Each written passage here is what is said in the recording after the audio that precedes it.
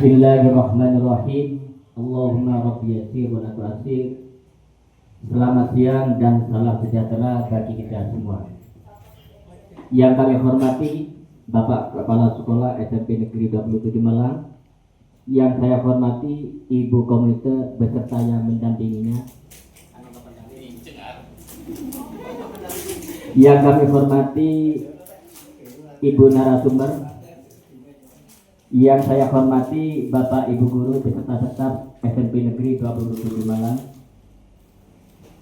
Selamat siang dan salam sejahtera bagi kita semua. Puja dan puji syukur kehadirat Allah Subhanahu wa taala karena atas rahmat dan hidayahnya yang dilimpahkan kepada kita semua, sehingga di siang setengah sore ini kita semua masih diberikan sehat oleh Allah Subhanahu wa taala dan dapat bersilaturahmi dalam acara pengimbasan pelatihan pendukung program prioritas nasional tahap 2. Mudah-mudahan selalu mendapatkan ridho dari Allah Subhanahu wa taala. Adapun kegiatan acara pada siang hari ini, yang pertama pembukaan, yang kedua menyanyikan lagu Indonesia Raya, yang ketiga sambutan resmi dan sekaligus pembukaan yang diwakili oleh Bapak Kepala Sekolah. Selanjutnya pemutaran video, pemaparan materi, tanya jawab, dan terakhir penutup atau doa. Mengawali acara di siang ini, mari kita buka dengan pembacaan basmalah dengan harapan apa yang menjadi niatan kita bisa terlaksana dengan sukses. Al-Fatihah. Iya karena Allah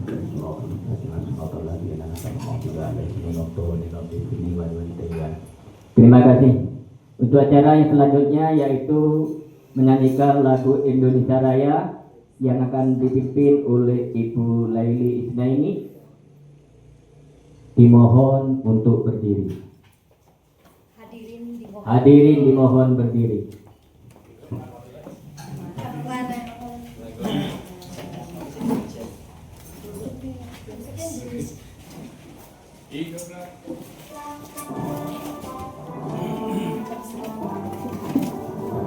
Indonesia tanah airku, tanah tumpah darahku. Di sanalah aku berdiri, jadi pandu ibuku. Indonesia kebangsaanku, bangsa dan tanah airku.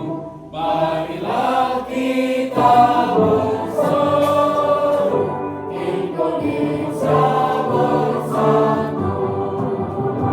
Hiduplah tanahku, hiduplah negeriku, bangsaku, rakyatku semuanya.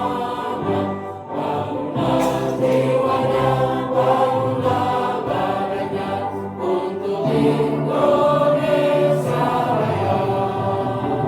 Indonesia Raya, merdeka, merdeka, tanahku, negeriku yang kucinta. Indonesia Raya, merdeka, merdeka, hiduplah Indonesia Raya. Indonesia Raya, merdeka, merdeka, tanahku, negeriku yang kucinta. Indonesia Raya, merdeka, merdeka, hiduplah Indonesia Raya. Perkenalkan, Terima kasih. Hadirin dimohon duduk kembali. Untuk rangkaian acara yang selanjutnya yaitu sambutan sekaligus pembukaan resmi dalam acara di siang ini yang akan disampaikan oleh Bapak Muhammad Samsudi SPD selaku Kepala Sekolah SMP Negeri 27 Malang. Waktu kami persilakan. Bismillahirrahmanirrahim. Assalamualaikum warahmatullahi wabarakatuh. Selamat siang, salam sejahtera untuk kita semua. Yang saya hormati Ibu Komite beserta pengurus yang lain, Bapak Ibu Pakar SMP Negeri 27 Malang, Bapak Ibu Guru, staf karyawan SMP Negeri 27 Malang. Syukur Alhamdulillah pada siang hari ini masih kita diberi kesehatan sehingga masih menjalankan aktivitas sehari-hari. Bapak Ibu yang saya hormati, kebetulan pada siang hari ini kita ada diseminasi pengimbasan dari pelatihan Bu Septi Sekota Malang dari SMP Negeri hanya SMP 27 Malang. Nah, ini nanti bersiap untuk mengimbaskan dalam pelatihan pendukung program Prioritas Nasional tahap 2 implementasi pembelajaran guru kurikuler jenjang guru SMP. Nah, ini memang Malang ada 3, tapi yang negeri hanya SMP 27 Malang. Bapak Ibu, mohon nanti diikuti dengan tertib, baik. Semoga apa yang disampaikan atau diimbaskan oleh Bu Septi nanti bisa bermanfaat kita semua. Syukur-syukur untuk SMP Negeri 27 Malang. Mungkin kiranya itu yang bisa disampaikan. Sebelum saya tutup dengan bacaan Bismillahirrahmanirrahim, acara ini kita nyatakan dibuka. Saya kira Assalamualaikum warahmatullahi wabarakatuh. Terima kasih yang telah disampaikan oleh Bapak Kepala Sekolah yang sudah berkenan membuka. Terima kasih. Selanjutnya sambutan dari Komite selaku Mitra Kerja SMP Mitra Kerja Sekolah Negeri 27 Malang, yang mana dalam hal ini akan disampaikan oleh Ibu Aziza. Waktu kami persilakan. Terima kasih. Bismillahirrahmanirrahim. Assalamualaikum warahmatullahi wabarakatuh. Yang saya hormati Bapak Kepala Sekolah SMPN Negeri 27 Malang, yang saya hormati Bapak Ibu Waka SMP Negeri 27 Malang, yang saya hormati juga Bapak Ibu Guru beserta staf dan karyawannya, dan yang saya sayangi yang selalu mendampingi Ibu Sekretaris Komite SMPN Negeri 27 Malang. Alhamdulillah pada siang hari ini kita bersama-sama diberikan kesempatan untuk mengikuti kegiatan ini, yaitu pengimbasan pelatihan pendukung program Prioritas Nasional tahap 2 implementasi pembelajaran kokurikuler jenjang guru SMP. Di sini kami dari komite sangat mendukung sekali, semoga nantinya pengimbasannya ini akan memberikan dampak yang lebih baik lagi untuk SMP Negeri 27 Malang ini. Amin. Sekian dari kami. Terima kasih. Wassalamualaikum warahmatullahi wabarakatuh. Terima kasih, sedikit yang disampaikan tapi mantap. Untuk acara selanjutnya yaitu pemutaran video perkenalan dari tim kokurikuler. Monggo operator. Guru-guru hebat Koordinator Kokurikuler SMP Negeri 27 Malang. Koordinator Kokurikuler kelas 3 Muhammad Kuliah SPDI pengampu mata pelajaran pendidikan agama Islam. Koordinator Kokurikuler kelas 8 Sakti SPD pengampu mata pelajaran PPKN. Koordinator Kokurikuler kelas 9 Nagari SPD pengampu mata pelajaran matematika. Dengan visi dan misi Relis Madaya, mari kita sukseskan pelaksanaan kokurikuler di SMP Negeri 27 Malang. Relis Madaya, bravo. Relis Madaya, jaya. Relis Madaya, sukses. Relis Madaya, yes.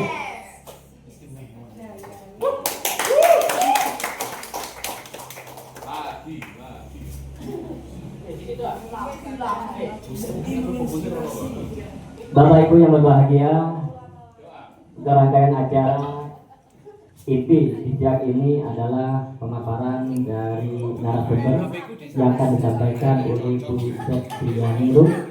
Waktu kami persilakan. Terima kasih Pak Khalil.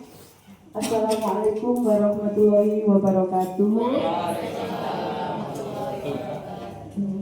Yang pertama saya sampaikan terima kasih kepada Pak Sal selaku Kepala Sekolah. Terima kasih kepada Bapak Ibu Waka dan staf, Bapak Ibu guru, staf TU yang telah memberikan kesempatan saya untuk mengizinkan saya berangkat mengikuti pelatihan selama 5 hari di BPGTK di Kota Batu. Mohon izin untuk menyampaikan pengimbasan pelatihan pendukung program prioritas nasional tahap 2 implementasi pembelajaran kokurikuler jenjang guru SMP.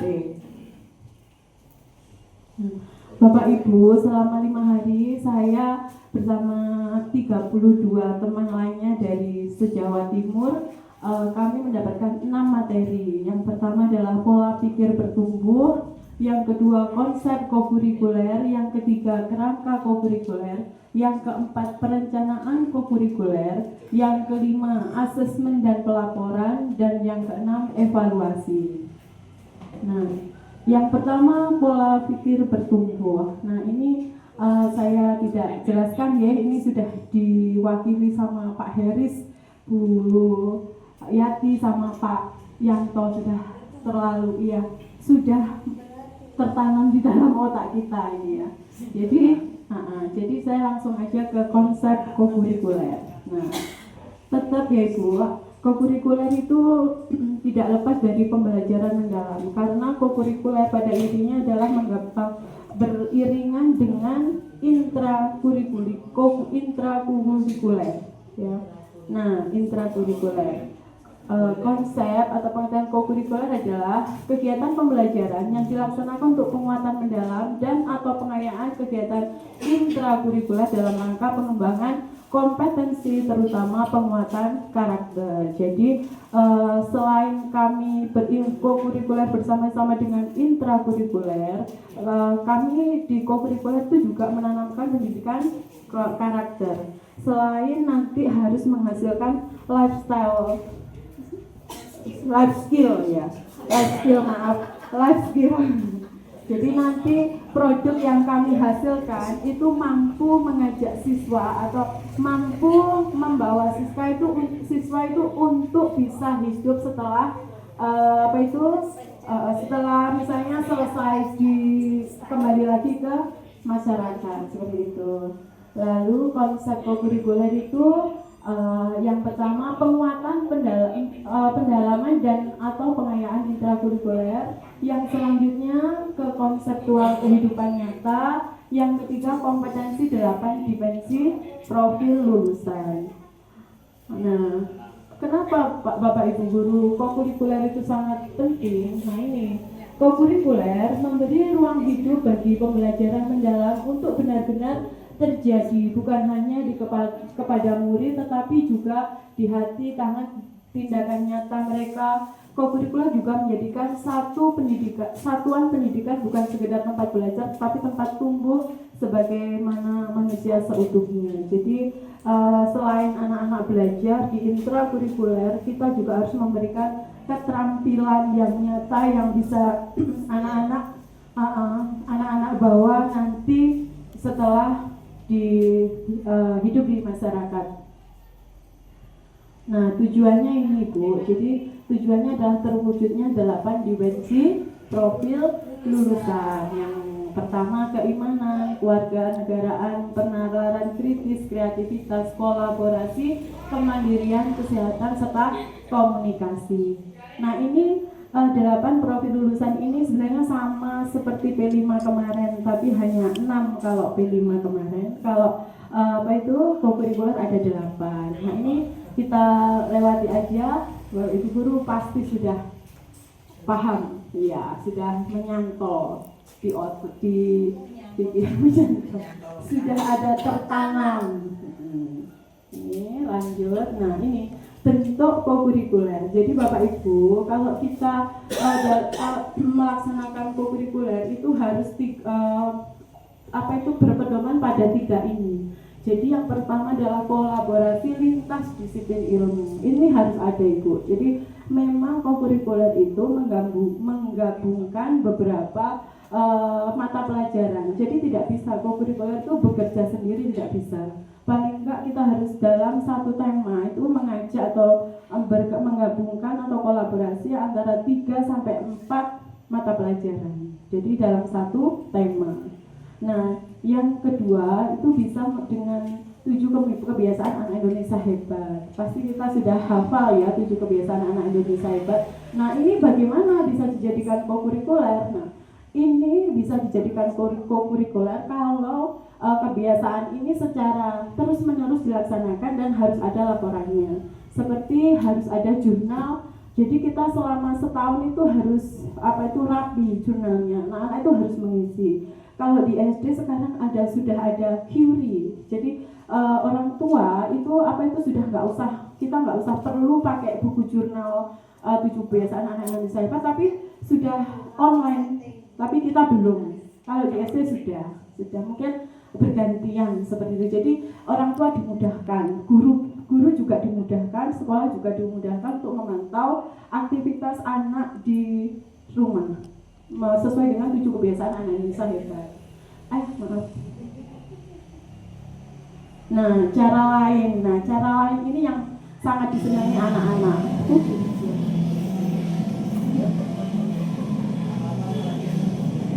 Nah, cara lain ini yang sangat disukai anak-anak nantinya. Kenapa? Cara lain ini nanti kita bisa memilih apapun tema kita yang ada di lingkungan ini, ya. Boleh apapun itu. Jadi kolaborasi antara budaya di masyarakat, kebiasaan di masyarakat, kekayaan alam di masyarakat, seperti itu boleh kita angkat menjadi kokurikuler.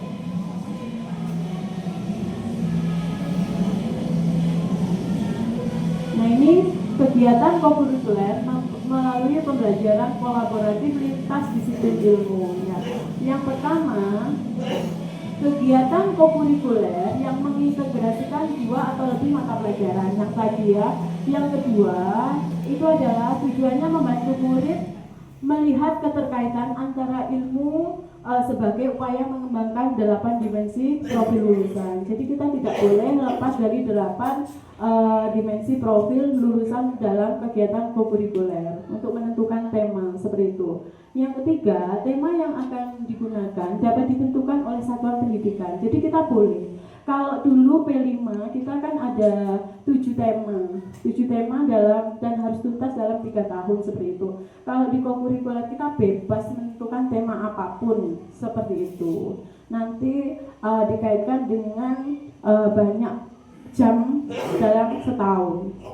Terus yang keempat, lintas disiplin ilmu. Tadi sudah ya, jadi boleh berkolaborasi dengan mata pelajaran lainnya.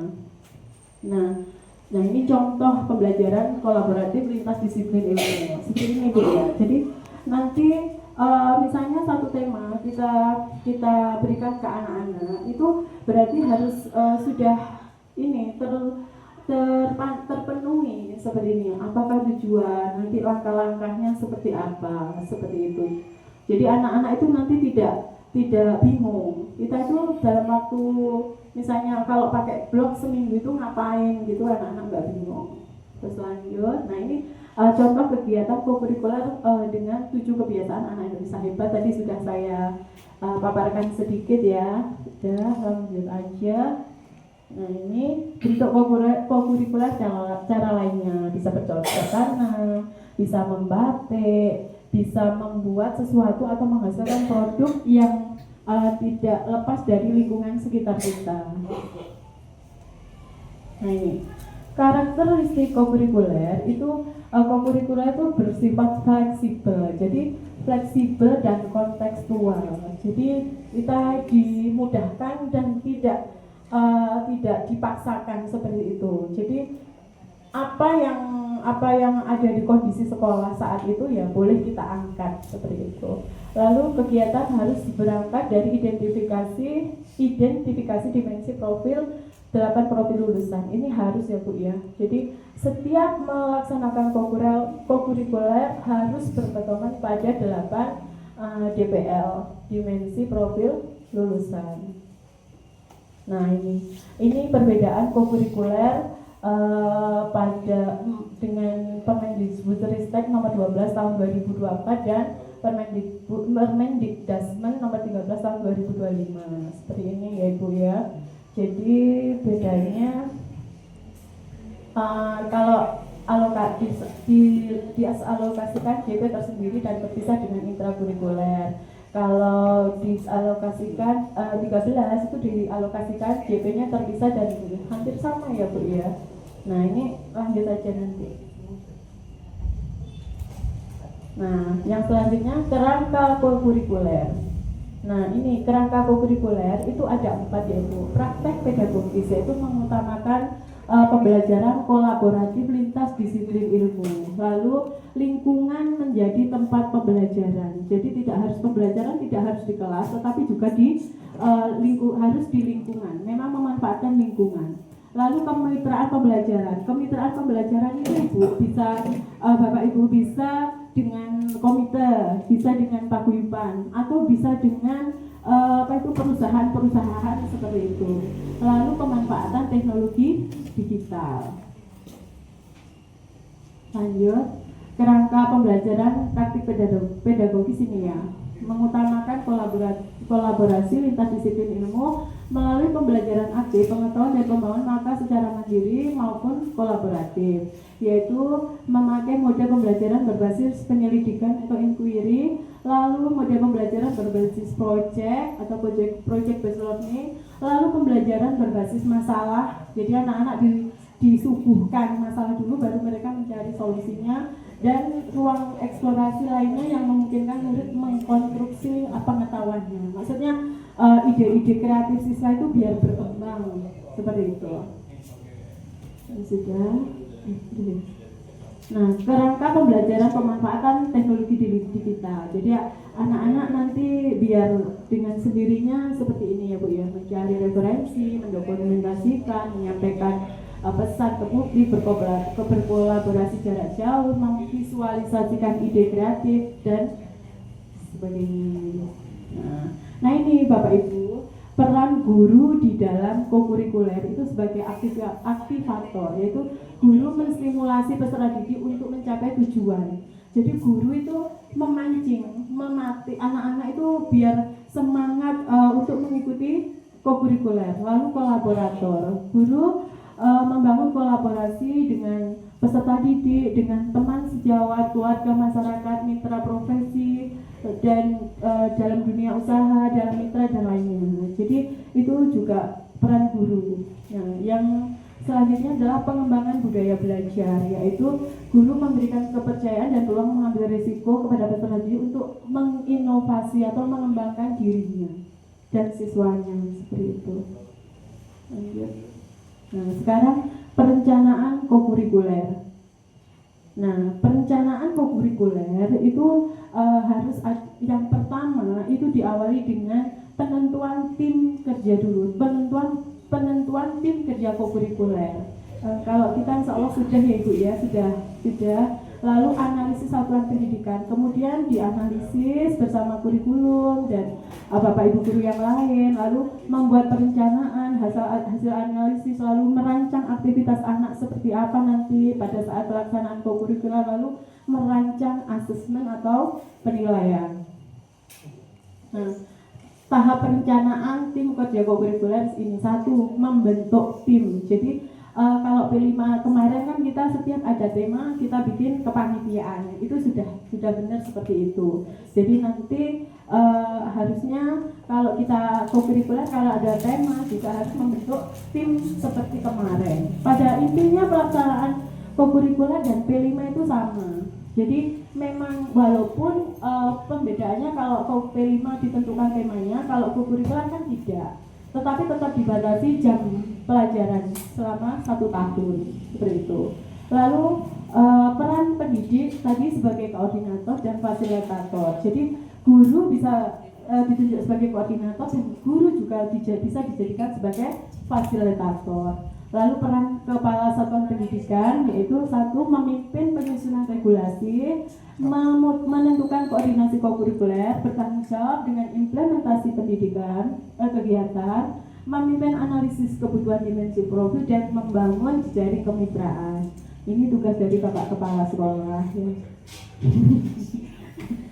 Lalu tenaga pendidikan dan warga, ini kemitraan ya, jadi dengan komite, paguyuban dan masyarakat sekitarnya. Lanjut, tahap perencanaan seperti ini, analisis satuan pendidikan ini nanti intern kayak apa itu kurikulum dan Bapak Ibu guru seperti itu.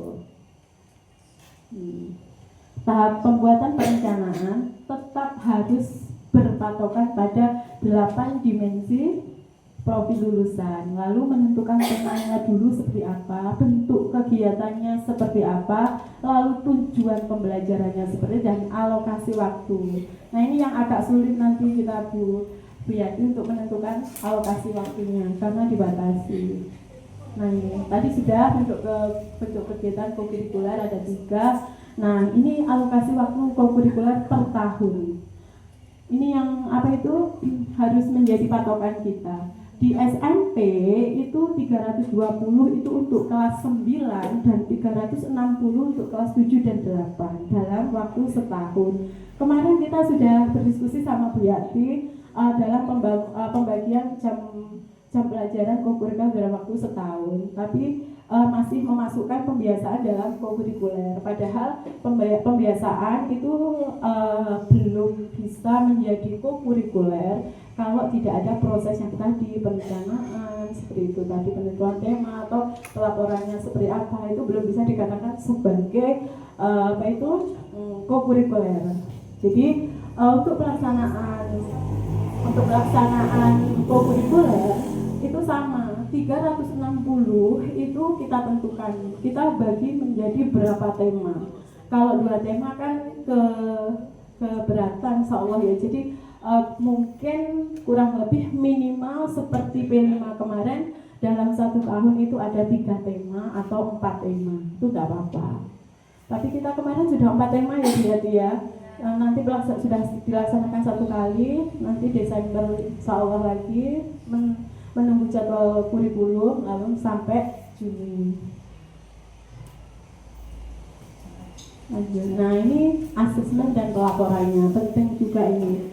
Mengapa asesmen perlu dilakukan dalam kegiatan kokurikuler? Nah ini yang paling untuk memahami dan menerapkan asesmen kokurikuler dan mampu memahami pelaporan hasil kokurikuler. Jadi kokurikuler itu walaupun kemarin Bu Ruby mengatakan tidak wajib untuk rapot ya, tetapi ternyata kemarin di BPGTK itu bentuk rapot itu memang ada deskripsinya untuk P5 seperti itu. Jadi di antara yang atas nilai intrakurikuler, yang di bawah nanti nilai kokurikuler berupa hanya deskripsi. Jadi kalau kita ada 4 tema berarti deskripsinya juga 4 seperti itu. Jadi semakin banyak tema semakin panjang deskripsinya. Nah ini asesmennya tetap sama seperti P5, bisa formatif dan bisa sumatif. Kalau formatif selama proses kita berlangsung kita nilai anak-anak seperti biasa, lalu sumatifnya dilakukan pada akhir kegiatan kokurikuler. Nah ini contoh ya Bu, contoh asesmen formatif itu bisa berupa jurnal refleksi harian.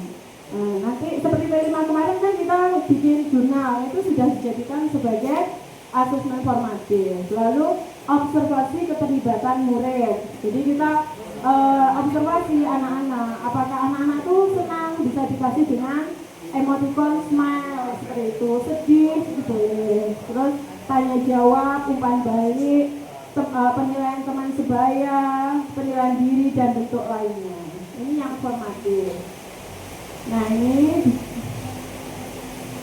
Nah yang sumatif ini seperti ini. Bentuk asesmen sumatif contohnya itu teknik penilaian kinerja berupa poster. Kita sering ya anak-anak kita berikan anak-anak bikin poster tentang misalnya penggunaan narkoba yang seperti apa manfaatnya atau seperti itu. Kita sudah sering, ini sudah benar seperti itu pelaporannya.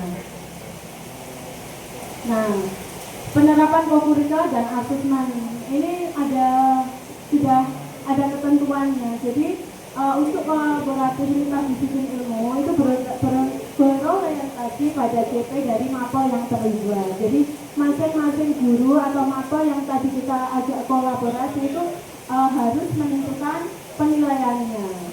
Lalu hasil asesmen diintegrasikan pada nilai intrakurikuler sesuai mata pelajaran yang relevan. Yang kedua, sesuai dengan 7 KI kebiasaan anak Indonesia hebat ya.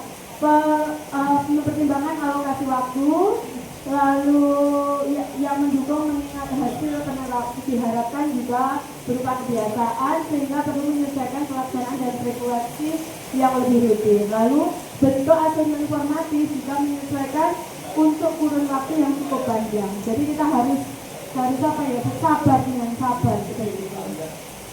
Nah, yang bentuk lain ini apabila yang diharapkan juga berupa internalisasi nilai-nilai tertentu, maka harus harus ada kegiatan tertentu dan dapat dilaksanakan walaupun durasi kegiatan yang sudah ada. Nah, ini tipsnya nanti ada 4 mengacu pada 8 profil lulusan, fleksibel dan kontekstual, asesmen formatif dan sumatif, deskripsi di rapor. Ini nanti strategi merumuskannya ada aturannya Bu ya. Di dalam keputusan Deskap nomor 50 HKS 2025 alur kompetensi 8 minggu. Nanti boleh saya share itu ada semua. Nah, ini contoh deskripsi rapor. Nah, nanti seperti ini. Jadi di dalam raportnya kokurikuler, walaupun nanti juga include di rapor kurikuler, nanti deskripsinya contohnya seperti ini. Putra mampu menyampaikan argumentasi logis secara runtut, didukung data dan bukti kuat yang relevan dan mampu menghargai dan menanggapi argumen seperti ini. Nah, ini deskripsinya. Ini sudah Pak Hari penilaian. Nah, ini tujuan evaluasi ya Pak Hari. Tujuan evaluasi kegiatan kokurikuler ini ada harus mengukur ketercapaian tujuan, keselarasan kegiatan, capaian 8 dimensi lulusan, kolaborasi lintas mapel, umpan balik, dan ini akan disampaikan melalui evaluasi laporan dalam rapor pendidikan. Nah, ini yang paling mengejutkan pada saat saya di BPJPK. Jadi potensi alam di SMP 27 yang tersembunyi yaitu ini Bapak Ibu. Nah, si gemoy yang kaya manfaat. Ayo siapa? Saya tidak melihat dia ini loh. Saya tidak melihat dia ini. Jadi kemarin itu pada saat kami melakukan peer teaching itu kelompok kami itu ditanya satu-satu potensi apa di sekolah Anda yang bisa diangkat seperti itu. Kalau di teman-teman itu kan kayak imtak, lalu kebiasaan sholat, kan itu sudah memang rutinitas kita.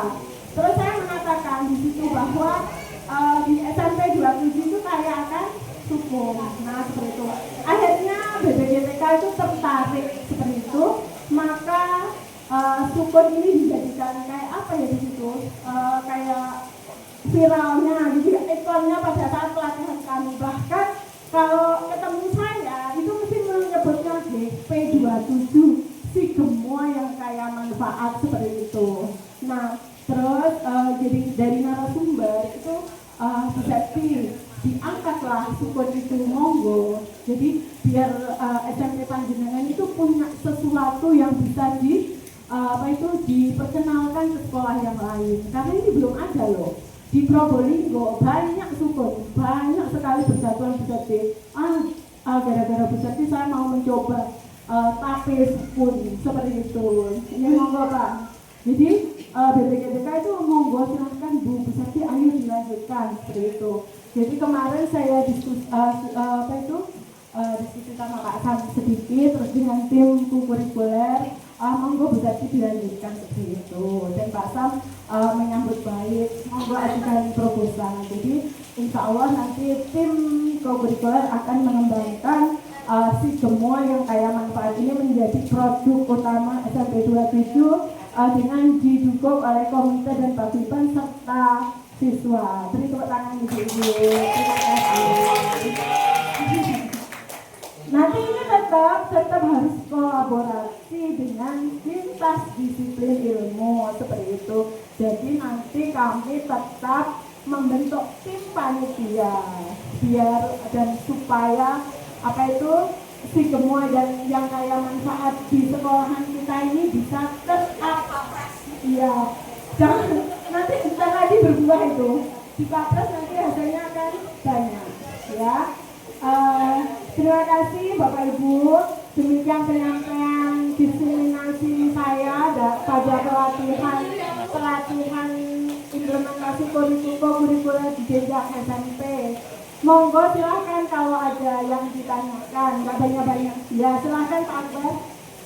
Kan dari awal semester itu Bu Seti janji mau ada program kokurikuler.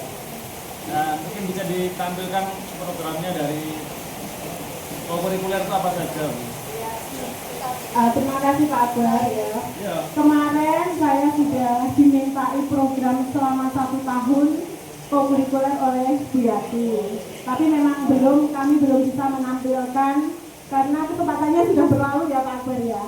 Tetapi setelah mendapatkan pelatihan ini, ternyata harus banyak koreksi program kami selama 1 tahun ini. Jadi nanti mungkin kami per Desember ini, berubah lagi, menyesuaikan dengan pelatihan yang saya dapatkan ini, agar pelaksanaan itu sesuai dengan aturan seperti itu. Jadi kita tidak gak apa-apa, yang penting terlaksana gitu loh. Jadi biar benar-benar kokurikuler di SMP 27 itu bagus gitu dan bisa dikembangkan seperti itu. Begitu Pak Akbar. Apa ada yang ditanyakan lagi? Sudah ya?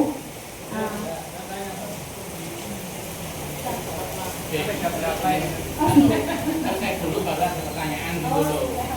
Ampun, dari Pak Akbar sudah ya? Sudah.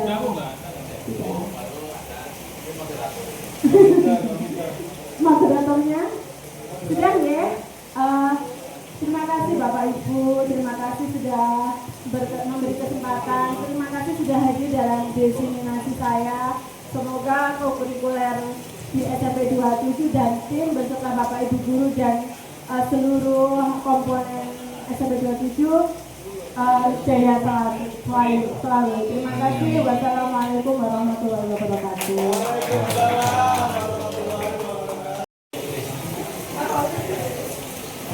Terima kasih. Ini dari sebelah selatan. Setelah mendengarkan dengan seksama yang disampaikan oleh pemateri terkait dengan kokurikuler yang ini akan diimplementasikan dengan intrakurikuler. Pertanyaan saya, karena waktu kita itu juga begitu saling berkejar-kejaran, mungkin punya strategi khusus dari narasumber dari Bu Seti bagaimana menaikkan, mengimplementasikan strategi khususnya bagaimana supaya kokurikuler ini bisa berjalan beriring bersama dengan intrakurikuler. Demikian Mas Guru. Masih ingat pertanyaannya? Langsung sebelahnya lagi. Apa langsung? Langsung dijawab saja Pak. Ya bingung. Masalahnya betul ngomong dulu. Terima kasih Pak Har. Kemarin saya juga bertanya seperti itu ke BPKDK. Jadi saya tanya, Bu, pelaksanaan kokurikuler di sekolah kami itu seperti ini. Jadi kan kami sudah dilaksanakan Bu kokurikulernya di sekolah sudah. mulai awal tahun kami sudah melaksanakan. Tetapi memang seperti pembiasaan, seperti apa itu anak-anak intak pagi, terus ada apa itu kolaborasi dengan perpustakaan seperti itu masuk ke kurikuler Bu. Kemarin kami sudah menghitung seperti itu. Jadi sesuai dengan 360 jam. Ternyata seperti ini. Kalau pembiasaan yang tidak ada perencanaan dan sebagainya, itu belum bisa dikatakan kurikuler seperti itu. Jadi nanti seperti ini Pak Har, yang sudah berlalu biarlah berlalu. Seperti itu kata pihak BPJPK seperti itu. Yang lalu sudah biarlah berlalu, kita song-song masa depan seperti itu. Jadi nanti sisa JP kita berapa, nanti kita tentukan tema apa yang bisa masuk seperti itu Pak Har. Jadi kalau pelaksanaannya mungkin nanti bisa pakai sistem blok lagi seperti T5 kemarin, tetap sesuai dengan jam kurikulum seperti itu. Tetap iya. Jadi kami tetap menyesuaikan jam yang masih tersisa di kurikulum selama setahun ini. Jadi kita tidak bisa memang mengulang yang sudah hilang. Jadi kalau memang hanya bisa melaksanakan 2 tema, nggak apa-apa. Nonton Pak Har, apakah ada yang ditambahkan?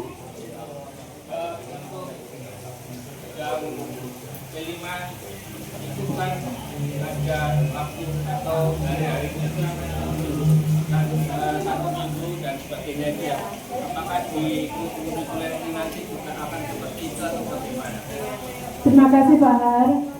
Sama Pak Har, ada sistem harian. Kayak dulu kita pas Bu Tutut ya Bu, itu boleh seperti itu. Jadi di atas sholat, setelah sholat jam 1 kita kurikuler boleh seperti itu.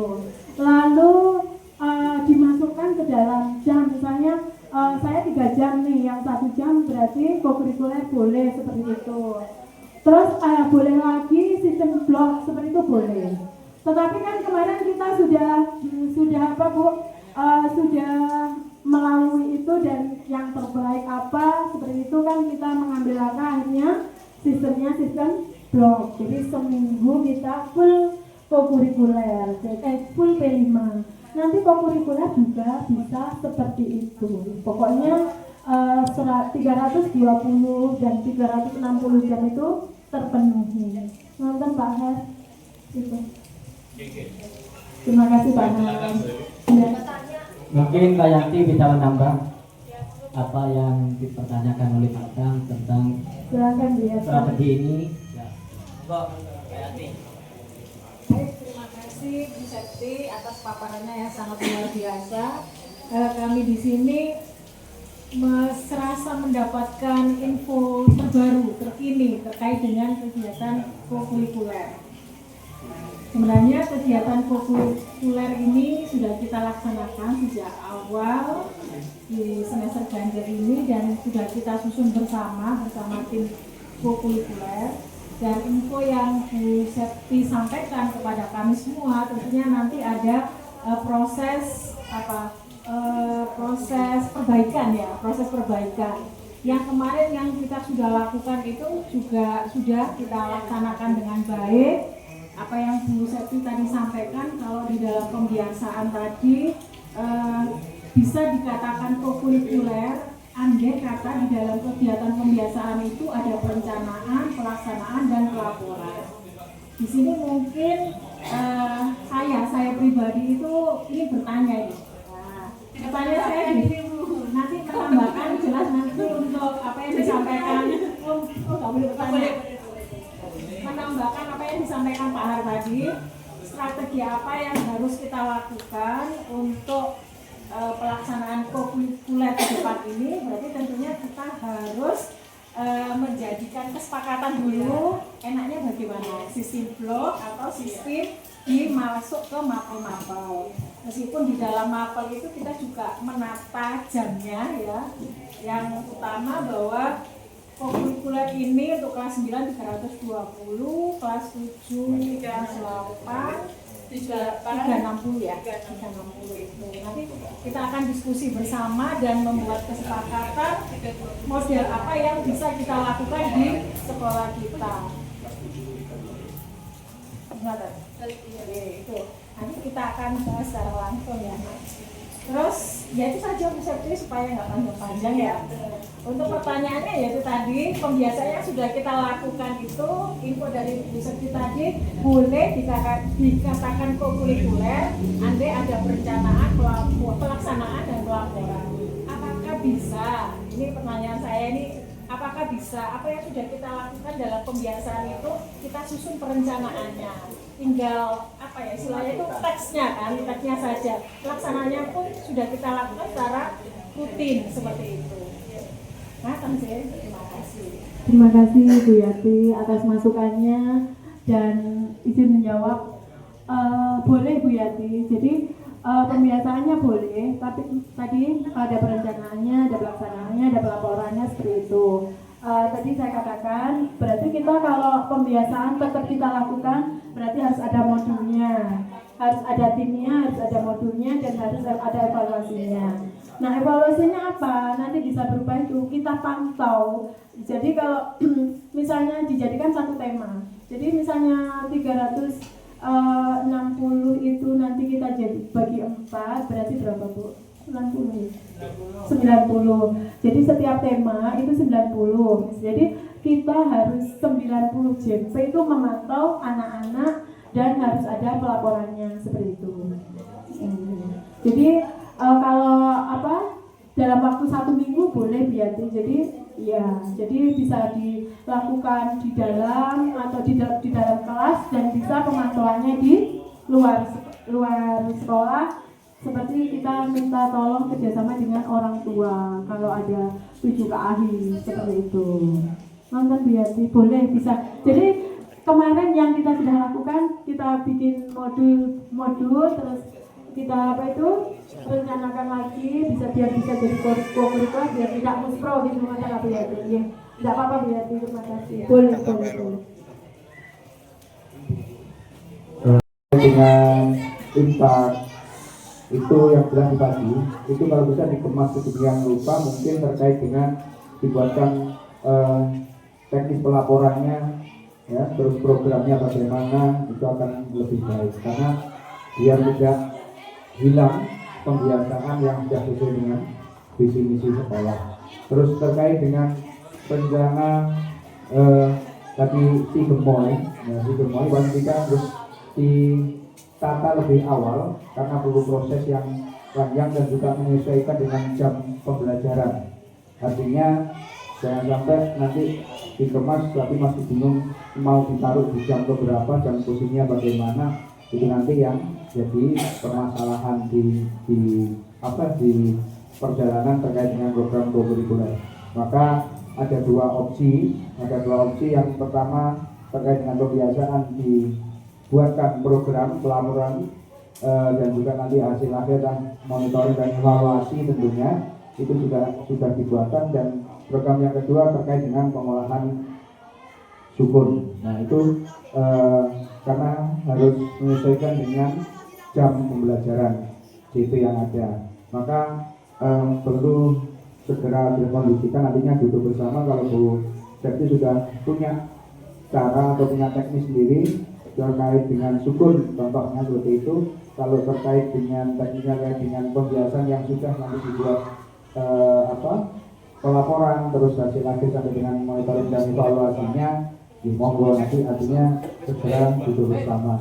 Karena betul yang disampaikan Pak Har bahwa waktunya saling berkejaran, maka kalau tidak segera kita tata, nanti kita juga akan kerepotan sendiri. Jadi mungkin terkait gambaran sekilas Bu Septi, mungkin saya perlu tanya, kalau jenengan punya gambaran terkait dengan sukun itu kiranya mau programnya yang bagaimana, kira-kira menurut Bu Septi gambaran awal saja, harus didikan hari ini atau didikan nanti terkait dengan, tapi punya gambaran paling tidak. Karena saya yakin saat pelatihan Bu Septi ada tim dari fasilitator menyampaikan seperti itu kan pasti punya gambaran paling tidak ada. Gambaran itulah yang monggo disampaikan ke Bapak Ibu Guru. Jika bisa memang direalisasikan, ya kita upayakan duduk bersama untuk menyusun program. Mungkin itu Bu tambahnya. Terima kasih. Terima kasih Pak Yanto atas tambahannya atas ide-idenya seperti itu. Tetap nanti pembiasaan tidak akan kita hilangkan Ibu, walaupun nanti misalnya pun tidak masuk kokurikuler, pembiasaan harus terus seperti itu. Karena apa?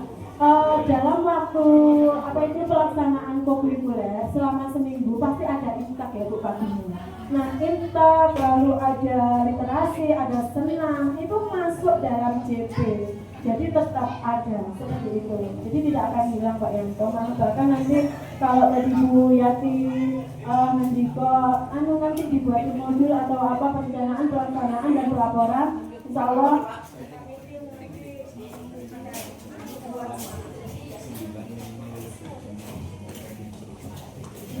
Insya Allah nanti akan tim bicarakan lagi bersama dengan Ibu kurikulum seperti itu. Nah untuk tadi inovasi seperti apa Supon di kemarin pada saat di BPGTK itu sangat tertarik dengan mie pangsit Supon seperti itu, iya. Jadi apa sih rasanya mie Supon kok bisa jadi pangsit seperti itu. Nah nanti kemarin dulu saya tim inovasinya Pak Mus, Adiyata, saya, Bu Aziza, Bu Siska itu masuk dalam tim inovasi pada saat Adiyata. Kami memang sudah benar-benar membuktikan ya Bu ya, enak ya. Kalau dulu kita bikin steak sukun, kalau ada buahnya kayak Bu, apa Bu kemarin itu? Cakning. Kayak apa sih? Lumpur ya Bu ya? Lumpur ya. Lumpur dari sukun, tapi nanti kita yang akan kita inovasi yang bisa dijual dalam jangka panjang Pak Yanto. Jadi yang awet seperti itu. Nah, saya sampai di Japri teman saya itu seperti ini. Bu Septi, apakah sukun pengelolaan sukun di sekolahnya Bu Septi itu sudah BPOM seperti itu? Nah, mereka bertanya seperti itu. Saya menjawab belum. Karena kita kan memang belum, tapi saya menjawab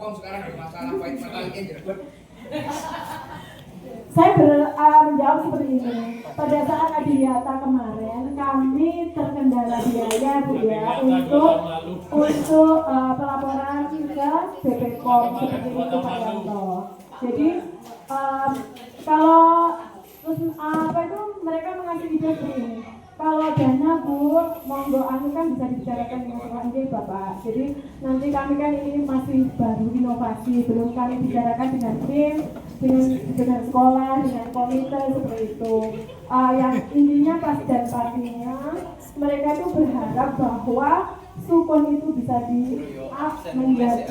bisa ditayangkan sebagai produk yang sudah berlisensi dan sudah layak menjadi makanan sehat dan bisa dikonsumsi siapa saja. Terima kasih. Untuk